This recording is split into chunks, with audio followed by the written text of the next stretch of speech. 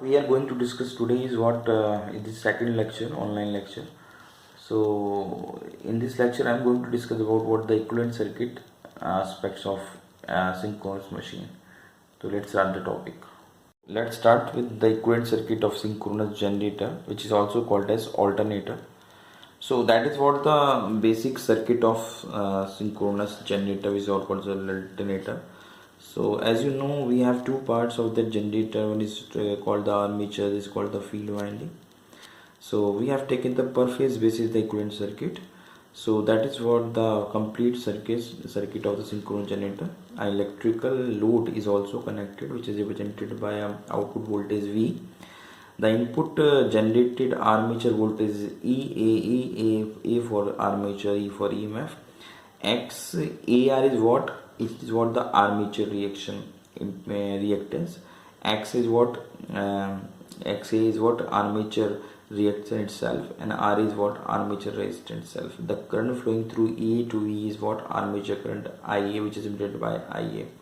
Now you can simplify that typical circuit by this circuit.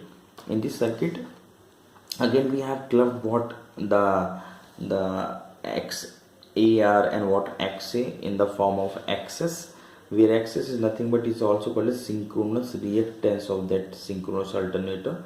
Again in this diagram we also have the input supply is EA, armature generated EMF is EA, and the output voltage is represented by V, whereas the RA is the armature resistance and X is the synchronous reactance. That synchronous reactance is nothing but it is a cumulative effect of armature reaction with what reactance of armature winding.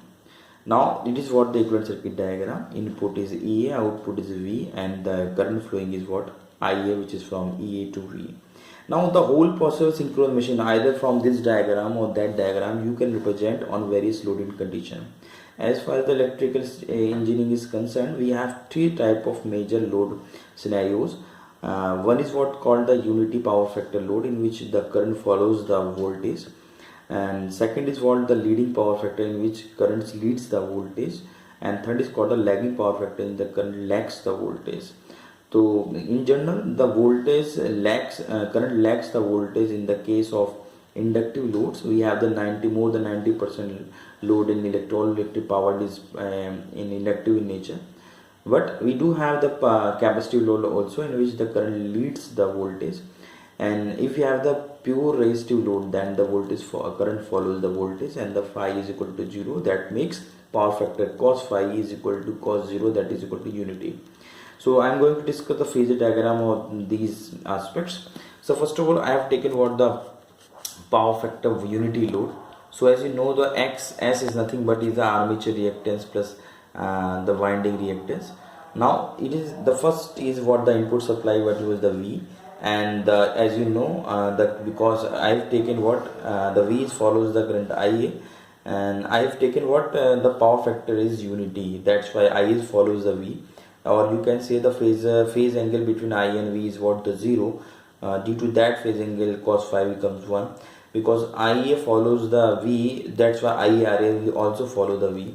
As you know, V plus IARA, the drop across the resistance, will be equal to what that when will be added with the reactance drop, that makes EA. So similarly, V plus IARA when is extended along in the direction of IA itself, and IEXA will what the inductive nature, so it follows the 90-degree angle with the existing current.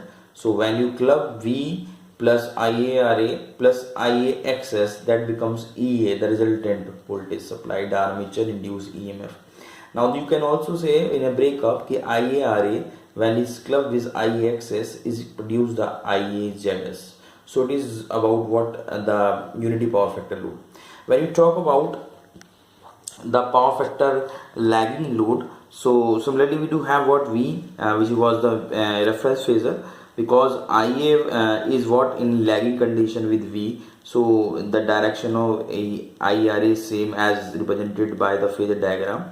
The IARA will follow the IA, it is lagging with V also with the same angle as IA lags the V, and IAXS will with the leading nature with the IARA, that will club with this one, and when you add up V plus IARA plus IXS, that becomes what EA, what armature induced EMF. So that is what the lagging power factor.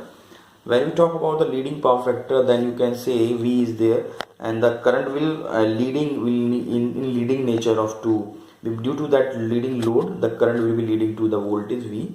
So IARA follows the voltage, follows the current IA.